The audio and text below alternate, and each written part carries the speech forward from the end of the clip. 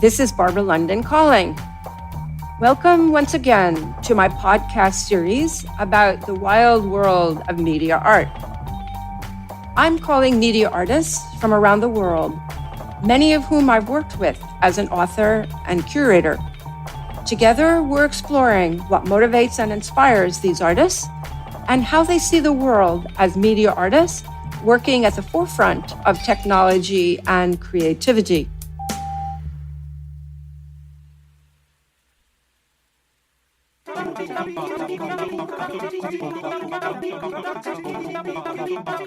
Today I'm calling Bani Haykal. Born in 1985 and based in Singapore, Bani Haykal straddles the worlds of language, art, and music. As a media artist and teacher, he picks apart the nuances in our technology-fueled lives. Welcome, Bani. Thank you for joining today from Singapore. Yes, hi, Barbara. Thank you for having me. It's good to be on the show. I'm really appreciative being able to come on board and speak to you and I guess speak to a wider audience as well. Perhaps you could start by telling me about the Southeast Asian collective Media Art Kitchen. Yeah, that probably was my first group exhibition that I participated in. Media Art Kitchen emerged sometime in 2013. But generally with Media Art Kitchen, I think that was probably the first time that I got to meet a lot of different artists from around the region and curators as well. So were there particular issues that you all as Southeast Asian artists shared? So for the artists involved, I don't think all artists were traveling throughout the entire circuit. Like there were some shows where some artists were not showing, like I wasn't present in the iteration that happened in Bangkok, for instance. But I think generally my memory served me well. If anything else, there's a certain, we gravitate towards this notion of the kitchen, what it means to play with material and how we are also sort of like looking at some of these ideas and trying to, I wouldn't say cross-pollinate because there wasn't any direct collaborative efforts across artists, but in terms of some of the talks and the brief sort of like residency duration or programs that happen, we had that opportunity to sort of like interact with other artists and get to know each other a lot better. So if anything else, the focus was very much centered around this idea of what new media art practices were. There was a little bit of anxiety, I guess, on my end when coming into that project because I never identified myself as a media artist or a new media artist for that matter. And yeah, seeing all the other artists and the range of works that were presented from Ryota Kubo's 10th Sentiment, which was a really beautiful and elegant piece of work, to someone like Duto Hardono, for instance. It was a very, very exciting range, and I felt a little bit out of place, particularly because the works that I was traveling with were musical instruments that I was sort of like interested in creating to create new music. Yeah, I think a lot of it was also everyone, including the curators, navigating and trying to find new orientations as to what it means to enter into this domain of new media arts or media arts for that matter. And so a lot of my interest in notions of interactivity was reignited over there, that this notion of performing with an instrument or finding your ways through an instrument is in itself a form of interaction or interactivity. So it's fascinating. When we met several years ago, and since that time we met in Singapore, and since that time you've had a child, you showed me images of what you just described, your visually stunning but wacky looking electronic instruments. You made them by repurposing and combining old guitars, old typewriters, and even bicycles. So it appeared that you were using these unusual instruments to improvise like a jazz musician. Was that in your mind? Yeah, I think this interest to create new musical instruments, I wouldn't say it was like fully thought through in the beginning. Like really, I think my practice or my interest to sort of like dive into more extra musical sort of like activity happened probably sometime in 2011 and 2012, where my my background at that point in time was mostly as a musician that's performing original music that I wrote together with my band. We went through a period where that wasn't going to happen for some time. So what happened instead was me going into this direction where I was just interested to find what are some other ways that I could sort of like create music outside of my comfort zone. That's one way of putting it. And so from that point on, I think it was just like one rabbit hole after the other, from figuring out what scale sets are, what harmony is, into more uncharted territories like graphical scores, and later into new musical instruments. I think at that point in time, one of the most pivotal composers that I came across was also Harry Partch, where he spoke a lot about his interest in new intonation systems, and how he developed instruments in order to perform or to play his pieces. So there was a lot of that sort of like influenced my interest in new musical activities for myself. So because there was always this desire to always create music, I thought maybe that's an interesting start point to be able to create new instruments and find what are other dimensions or other means of expressing myself through music could be. So, is this something particular to the music culture of Singapore? Is this something you were deeply embedded in? I know you said you had a band. I guess music in Singapore is, I guess my opinion of it hasn't changed much. I still think that it's fairly dynamic. You have quite a wide range of different practitioners, from musicians that's participating quite actively in popular music or more mainstream sort of like musical expression, to the more experimental, more left field side of activity. So it's pretty dynamic in that sense. You have a good mix, I would say, and regardless of our size, I think it's relatively healthy as well. I think there's a good amount in each of these circles. My interest was really to sort of like step outside the sort of like audience or the folks that usually listen to the kind of music that I've been doing, and I've just been interested to see what the other side was. In a sense, my introduction to making music wasn't exactly within the realm of the experimental or more free improvised music. It was still very rock and roll on some level. And then later on, this interest to sort of like step away was really so that I could find a new way to express what different sounds could be organized together, I suppose. So in Singapore, because there's a small scene, a relatively small scene, it wasn't that difficult to sort of like try to find new audiences as well, in terms of performance, or even to sort of like make claims that, oh, I've got something new that I've been working on. There's still like a small supportive group of people who would be interested to see what are some new activities that's going on within the scene. You've said that your love for music brought you to a place where music became the enemy. And I wondered what you meant by that. Over time, when you become close to something, you start getting annoyed by it all the same. At some point, I think, so at some point that really affected me in a sense whereby the things that I would ordinarily find pleasure in doing, nothing seemed to make sense or was pleasant. Maybe I was also doubting what I was doing as well. But a lot of it came from this particular reading in this particular period where I was doing research on jazz music during the Cold War.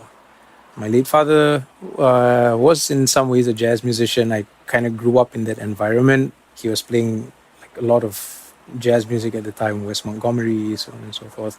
So growing up in that environment, like, not that I was only invested in that kind of music, but I wasn't very much exposed to other kinds of musical activity. And so because of that, when I dived into this, this paradigm of what jazz music was like during the Cold War, the internationalization effort, so on and so forth, I realized the the weight and the complexity of what it meant to experience a cultural product.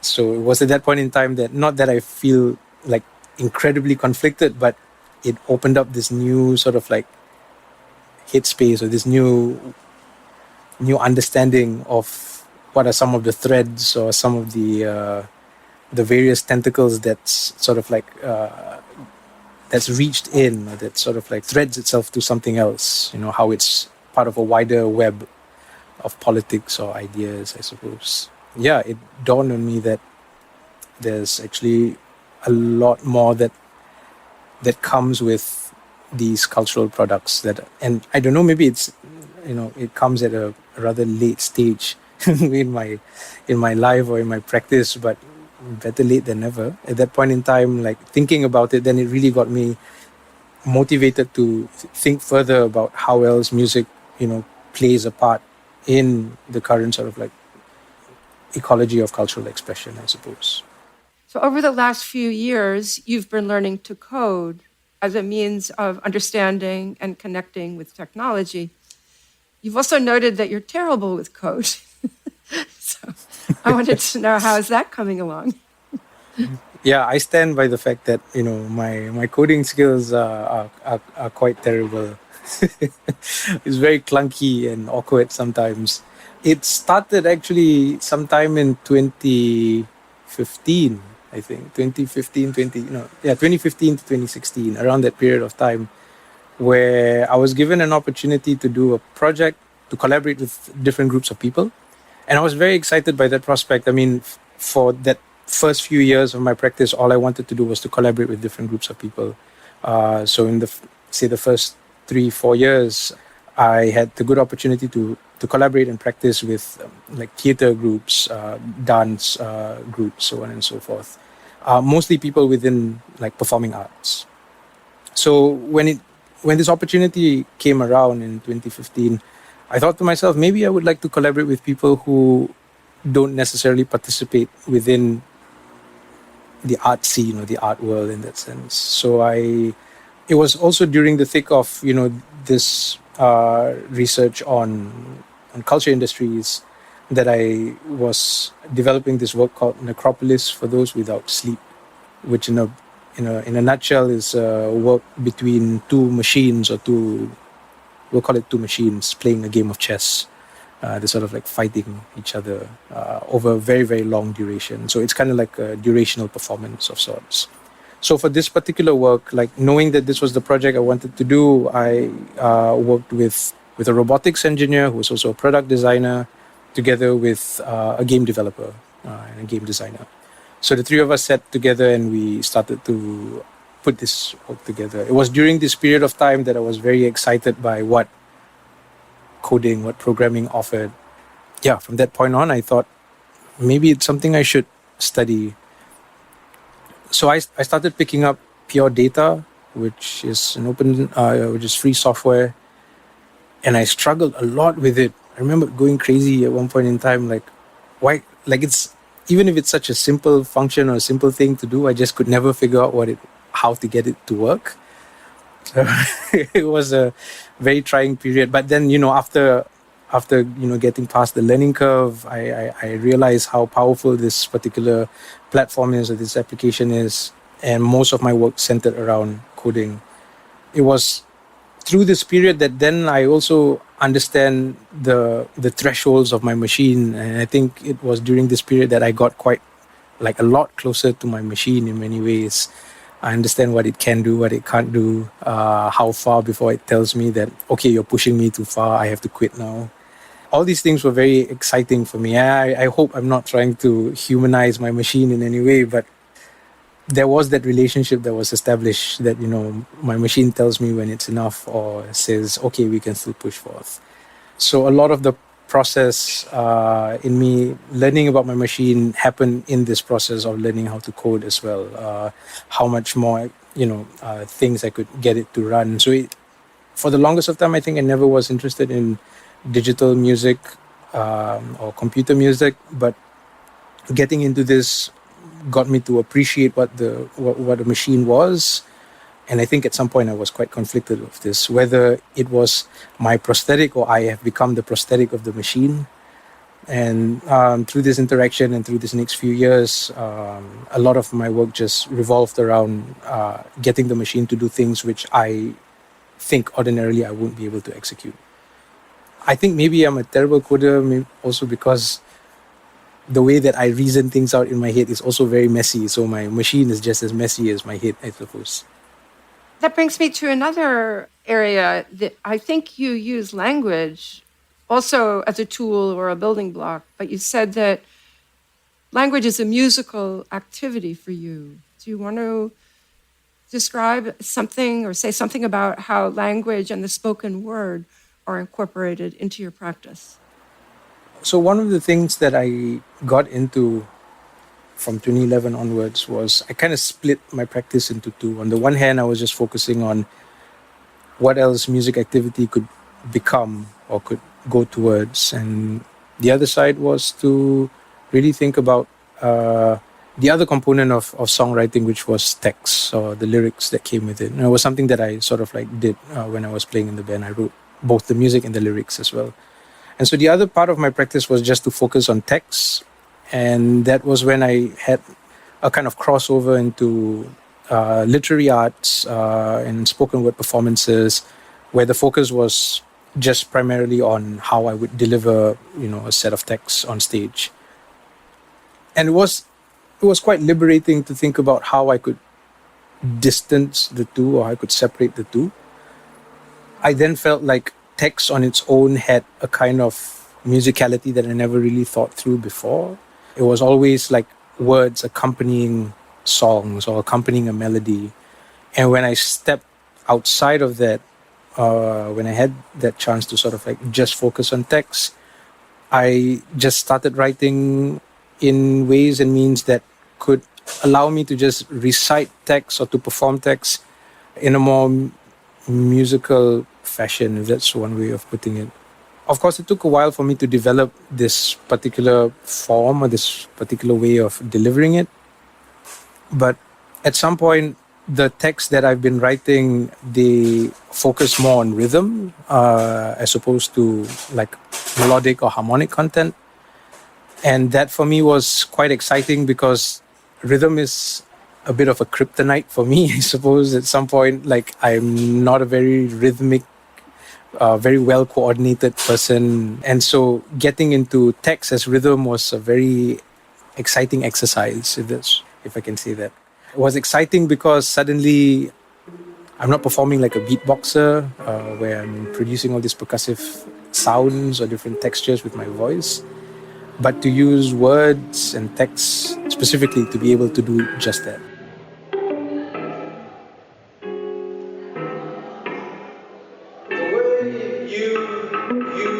You enunciate your appreciation for my ignorance amuses me. The way that you offer reason, logic, and arguments the same way that you offer happiness and contentment baffles me. And so that for me was a direction that I was consciously trying to work towards, right? Like how could I just write text or how could I utilize text and make it musical on its own without having to supplement or accompany it with anything else. So everything became a very rhythmic sort of exercise. And yeah, I suppose there are a lot of other strands that attaches itself to this like line of thinking, from talking drums, for instance, and this idea of coded transmission. Like I think a lot of these ideas kind of manifested itself into the way I think about language as not just sonic activity, but musical activity as well.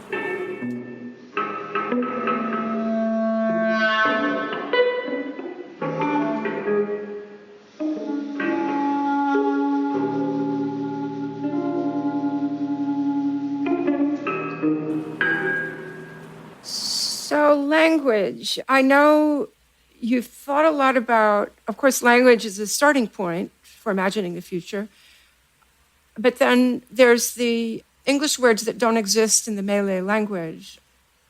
Code and language have a symbiotic relationship in your 2019 work, Sifirmu, version 5, which is featured in my exhibition, Seeing Sound.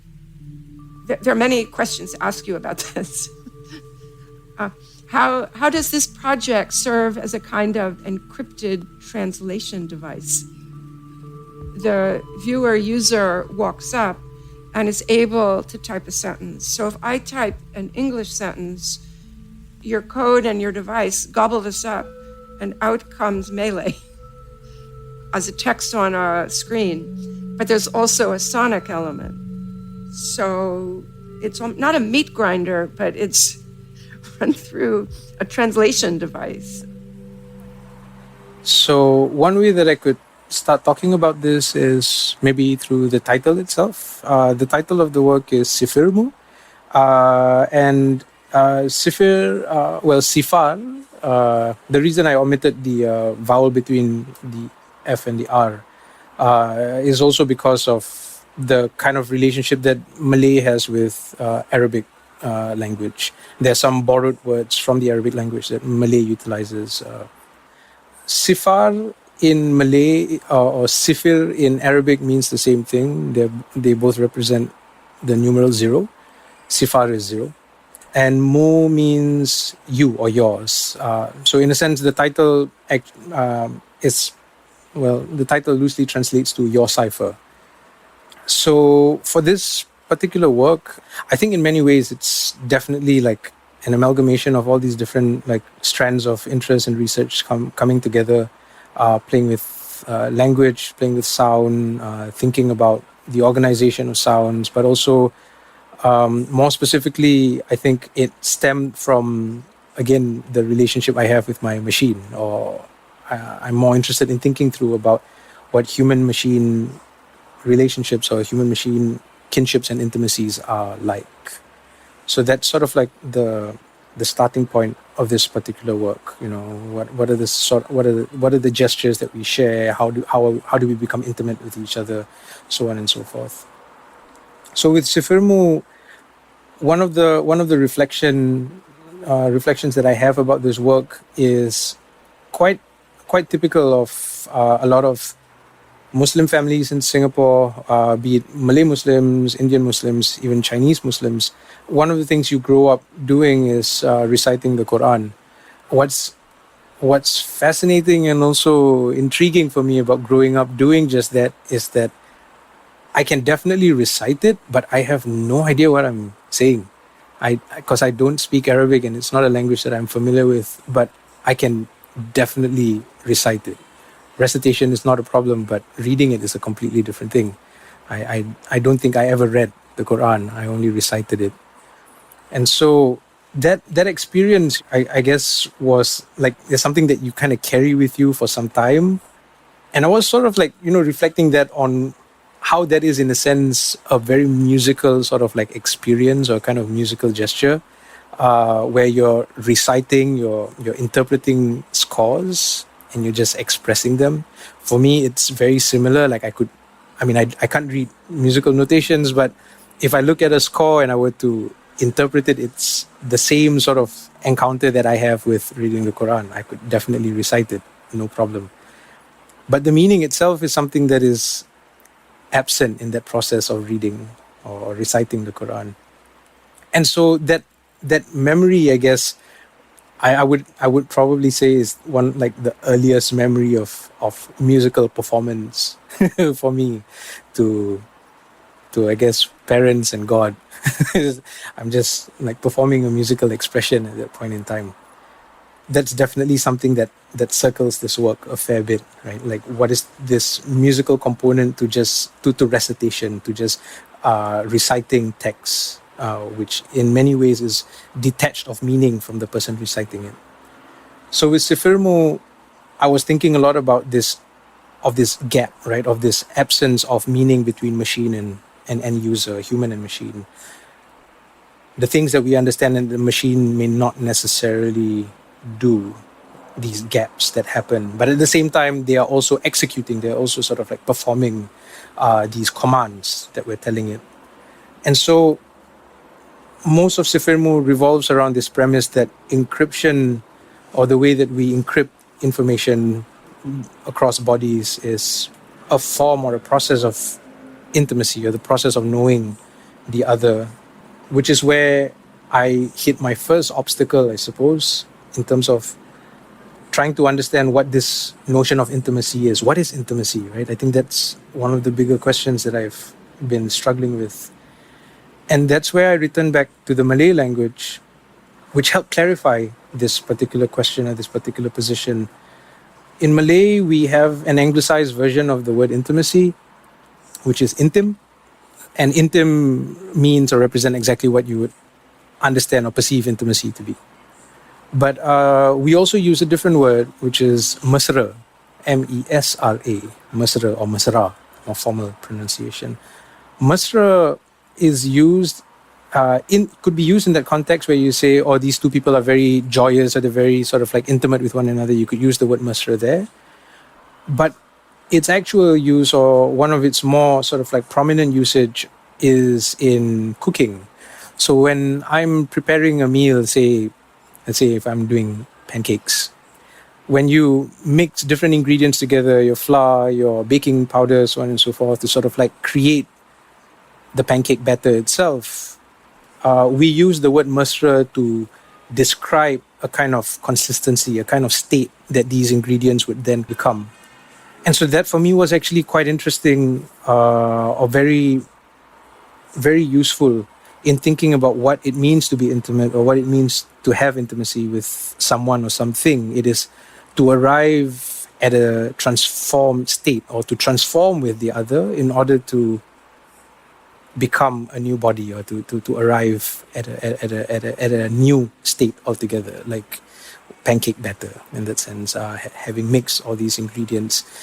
And this lends itself to, I guess, more Harawaiian notions of cyborgs, where in this interaction, in this transformation that we have with the machine, we ultimately become cyborgs, or that we've arrived at a different sort of like a different dimension altogether. And it goes back to this idea of then which of us is the prosthetic? Are we running the machine, or is the machine running us? And so like a lot of Sifirmu, I guess, has been helping me clarify some of these positions or these ideas as to what this relationship is like, and how we've not just grown close, but how we've merged, how we've become one with our machines. And so this process, or this work that you mentioned earlier on, what it does is that when the user comes to the mechanical keyboard,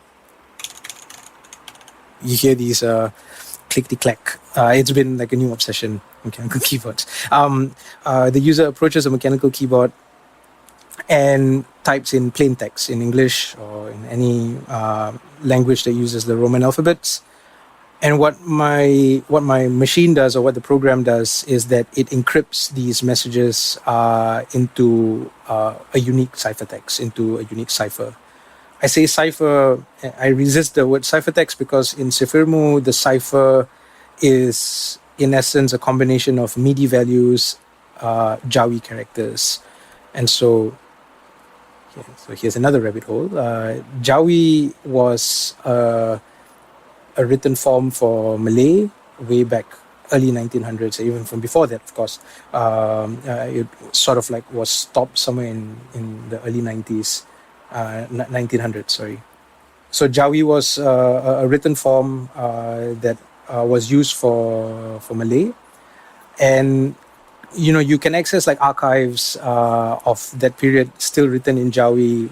And so what's interesting for me is that whilst I do have a kind of training in reciting or reading Arabic script, I won't be able to understand Arabic. But if I were to look at Jawi script, on the other hand, it's not an issue. It's almost like I'm reading Malay. It's quite easy to understand for me.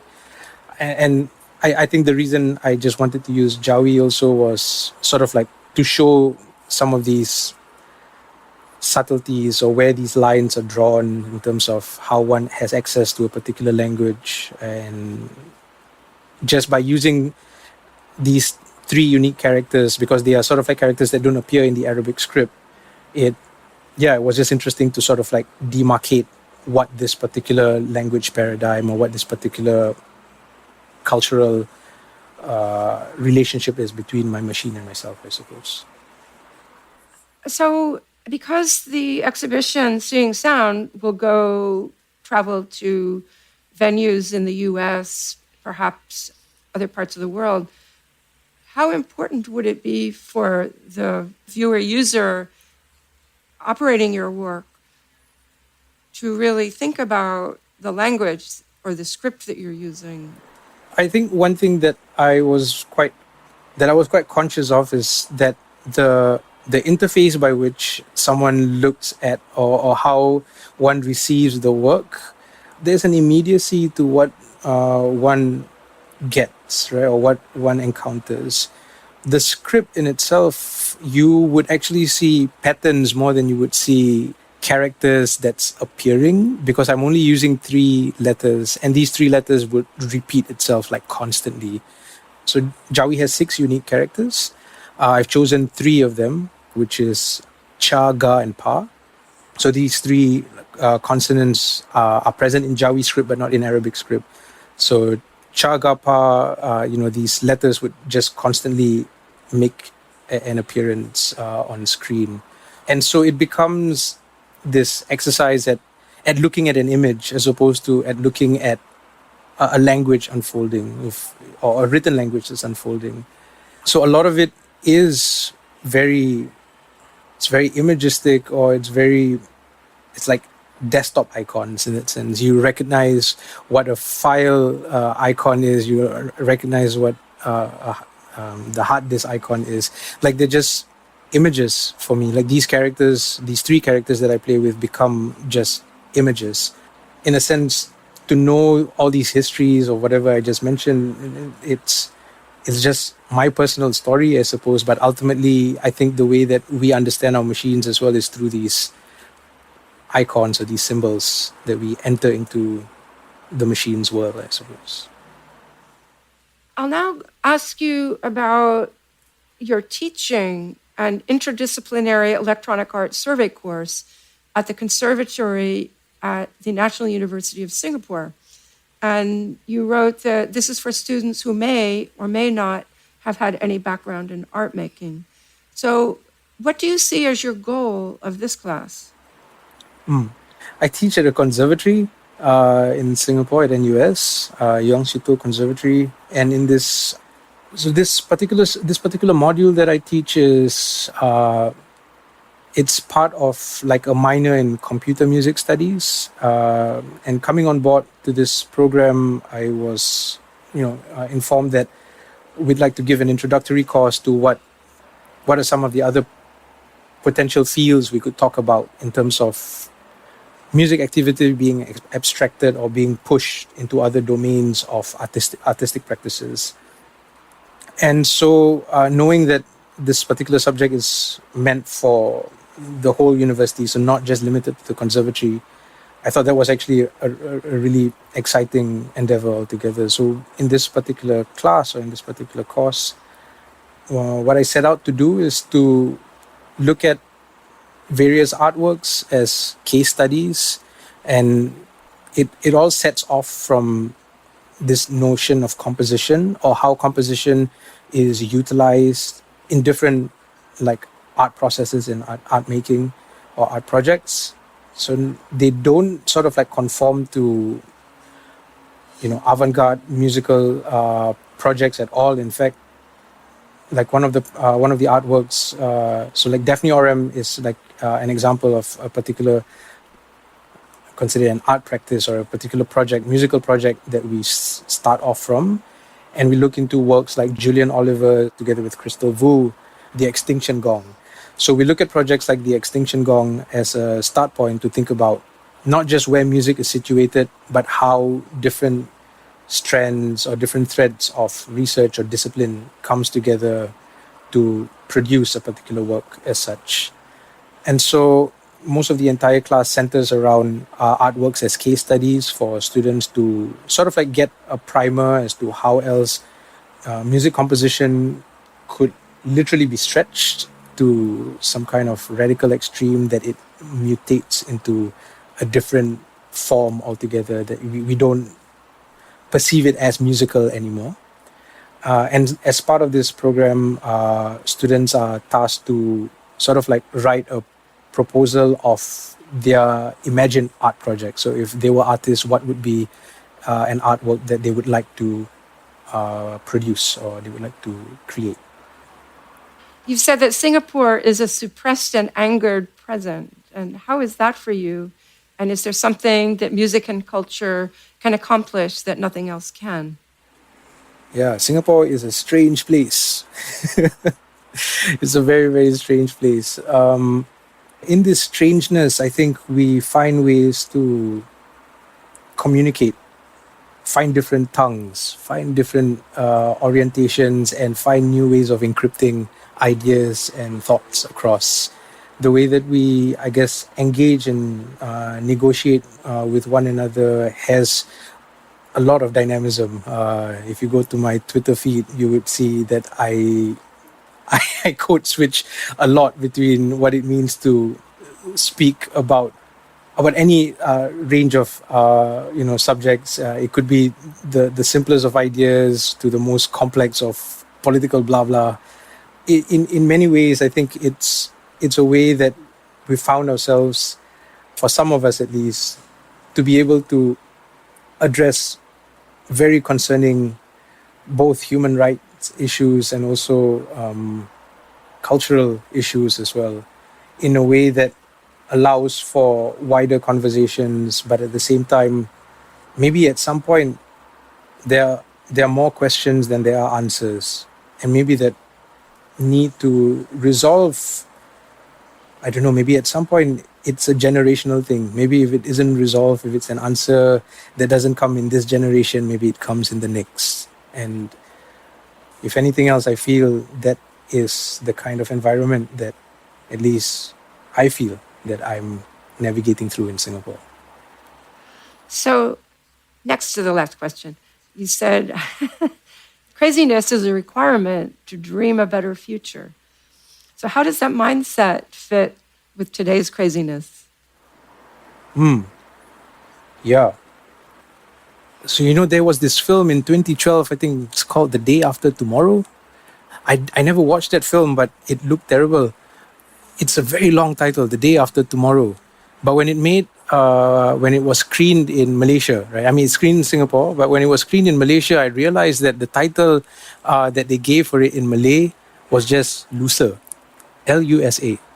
And Lusa is a Malay word. It's a specific term that says the day after tomorrow. So in Malay, we have a word for tomorrow, which is besok or esok. And we also have a very specific word for the day after tomorrow, which is lusa. But we don't have a word for future. We don't have an equivalent to what the future is. We have a phrase for it. We call it masa depan or time ahead. But we don't have this concept of what the future is. Or rather, the concept of future is different, at least through the Malay language itself. In many ways, I think, this desire to think about what time ahead is or what this future is, a lot of my recent activity goes through the Malay language to sort of like unpack and investigate how else we think about time and how else we think about some of these very dominant horrors that we live in today. So like even notions of intimacy, this idea of transformation, it made more sense for me in the Malay language than it did in English. Intimacy is such a vague concept, but in Malay, I understand it to be a means of transforming, a means of transformation. And so there are a lot of these messiness and a lot of, glitches that happen across languages, which I feel like, these are exciting. I mean, at least for me, it's just exciting for me to sort of like exist in these gaps and these glitches and find different ways to pull out of the present moment and think about the time ahead of what happens next and where how else can we, dream of different futures in time ahead. if anything else, I'm just very, very mindful that I don't think that the future should be a singular monophonic kind of environment for everyone. I think it has to be polyphonic, right? There has to be multiple voices in the way that the future is envisioned or the future unravels itself for all of us. And so across gaps, across glitches, your mind goes through so many different, like, again, code switching and meandering through these complexities and the grayness of language, the bluntness of language as objects. You need to remain very optimistic to reside in this space to move forward, I suppose. That's beautiful. So the last question I'm asking everybody who's part of this conversation series, do you consider yourself a media artist? And what does that mean anyway? Yes, I don't know. I don't know what it means. I don't know.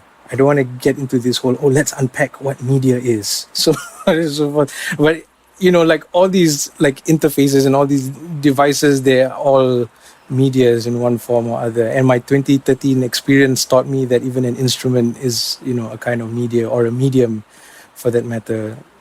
So I guess, yeah, I don't know how to answer this question, Barbara. I'm so sorry. But I would say that as someone that works with various medias or various mediums, sometimes maybe these things are using me, like maybe I am being puppeteered by these various interfaces and these different medias to create something. Yeah. So I'm not sure how to answer this question, but I guess so. Maybe I'm using them, maybe they're using me. Well, to me, you're artists, and that's the most important. So thank you so much. Thanks so much for sharing your ideas. You're very eloquent and wonderful. Thank you. Thanks for having me. On behalf of Bani Haykal, thanks for joining us for this episode of Barbara London Calling. Support for Barbara London Calling is generously provided by Bobby Cochet and Independent Curators International in conjunction with their upcoming exhibition, Seeing Sound, which I curated. Be sure to like and subscribe so you can keep up with all the latest episodes. Follow us on Instagram at Barbara London Calling and check out barbaralondon.net for transcripts of each episode and links to the works discussed. Barbara London Calling is produced by Bauer Blue with lead producer Ryan Leahy and audio engineer Amar Ibrahim. Special thanks to La Tigra for graciously providing our music. Thanks again for joining us. We'll see you next time.